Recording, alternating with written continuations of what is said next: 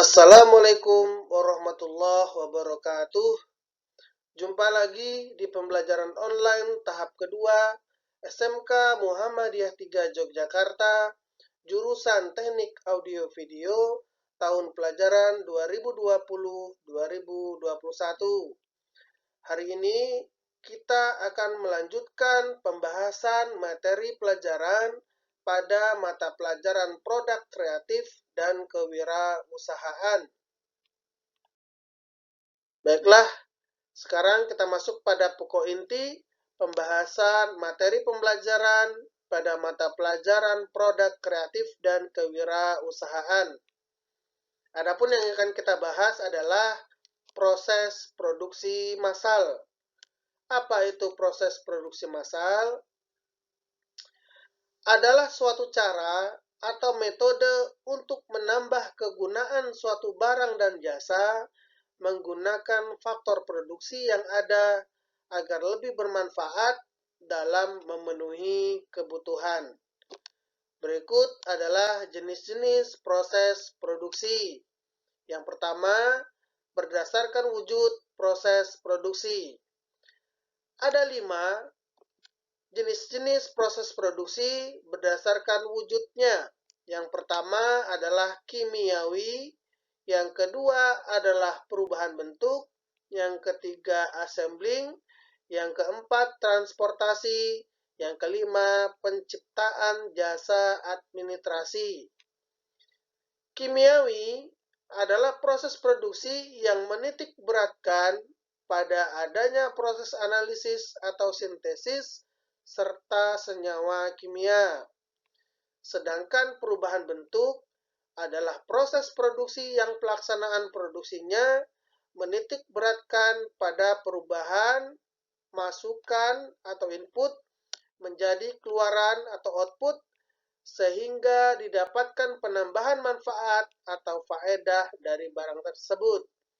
Kemudian untuk assembling, yaitu proses produksi yang dalam pelaksanaannya lebih menguntungkan pada proses penggabungan dari komponen-komponen produk dalam perusahaan yang bersangkutan atau membeli komponen produk yang dibeli dari perusahaan lain. Kemudian untuk transportasi, yaitu adalah proses produksi yang menciptakan jasa atau pelayanan pemindahan tempat baik berupa barang atau manusia. Kemudian untuk penciptaan jasa administrasi adalah suatu proses yang memberikan jasa administrasi kepada perusahaan-perusahaan lain atau lembaga yang membutuhkan. Selanjutnya, berdasar arus proses produksi. Ini dibagi menjadi 3. Yang pertama terus-menerus, yang kedua terputus-putus, dan yang ketiga proses produksi campuran. Yang pertama, terus-menerus artinya proses produksi barang atas dasar aliran produk dari satu operasi berikutnya tanpa penumpukan di suatu titik dalam proses. Ini berarti proses produksi yang dikerjakan terus-menerus tanpa henti, dalam arti 24 jam. Kemudian untuk yang terputus-putus, pada jenis produk diproses dalam kumpulan produk bukan atas dasar aliran terus-menerus dalam proses produksi. Nah, untuk yang terputus-putus artinya proses produksi bisa dilakukan dalam jeda waktu. Misalnya 1 hari proses, kemudian berikutnya tidak, kemudian 1 hari berikutnya itu proses. Nah, itu dikatakan proses produksi yang terputus-putus. Kemudian yang ketiga adalah proses produksi campuran. Tipe proses produksi ini merupakan penggabungan dari produksi terus-menerus dan terputus-putus. Artinya, di dalam proses produksi, dia bisa melakukan dalam waktu 1 bulan full, kemudian off 1 hari, 2 hari, kemudian melanjutkan lagi. sehingga dikatakan ini adalah proses produksi campuran. Kemudian selanjutnya, berdasar penyelesaian proses produksi. Ini dibagi menjadi 5. Yang pertama tipe A, kemudian yang kedua tipe B, yang ketiga tipe C, yang keempat tipe D, dan yang kelima tipe E. Tipe A dapat diperiksa dengan mudah, artinya setiap tahap proses produksi dilakukan dalam perusahaan dapat diperiksa secara mudah. Kemudian untuk tipe B, yaitu dapat diperiksa dalam beberapa tahap. Artinya, proses produksi dalam perusahaan tergantung dari masing-masing tahap produksinya. Kemudian untuk tipe C, yaitu terdapat penggabungan komponen produk. Artinya, perusahaan yang penyelesaian produksi dalam perusahaan bersangkutan akan terdapat beberapa ketergantungan dari masing-masing tahap produksi. Kemudian untuk tipe D, yaitu proses menggunakan mesin otomatis. Artinya, di dalam perusahaan, dalam melaksanakan pengendalian proses produksi, yaitu dilakukan secara otomatis menggunakan mesin dan peralatan produksi otomatis. Kemudian untuk tipe E, yaitu perusahaan dagang dan jasa. Artinya, perusahaan yang lain bisa melaksanakan processing dalam proses produksi yang dilaksanakan dalam perusahaan yang lainnya.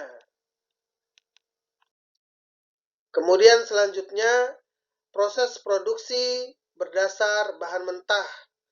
Nah, ini dibagi menjadi 2. Yang pertama adalah analitik, yang kedua adalah sintetik.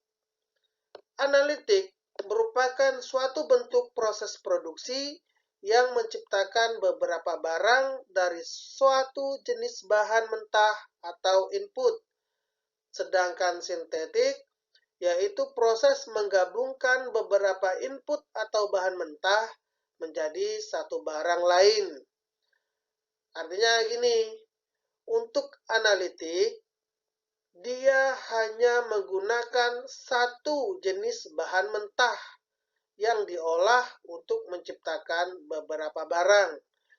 Sedangkan untuk sintetik, yaitu campuran dari beberapa bahan mentah menjadi suatu barang atau satu barang.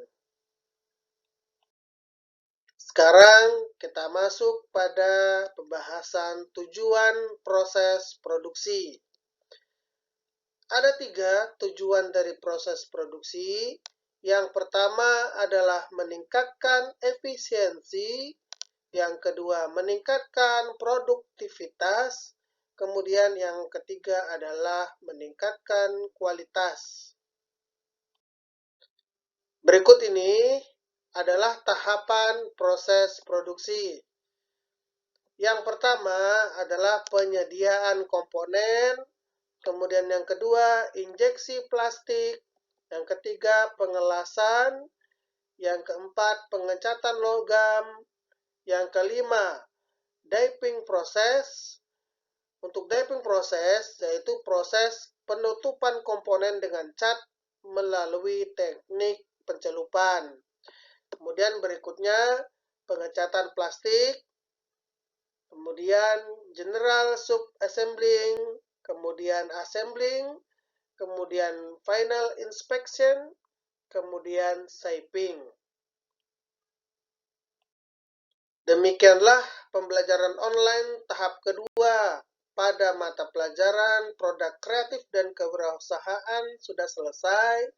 Jangan lupa anak-anakku selalu jaga kesehatan dan selalu patuhi protokol kesehatan COVID-19 bersama SMK Muhammadiyah 3 Yogyakarta, jurusan Teknik Audio Video. Kita bisa. Assalamualaikum warahmatullahi wabarakatuh.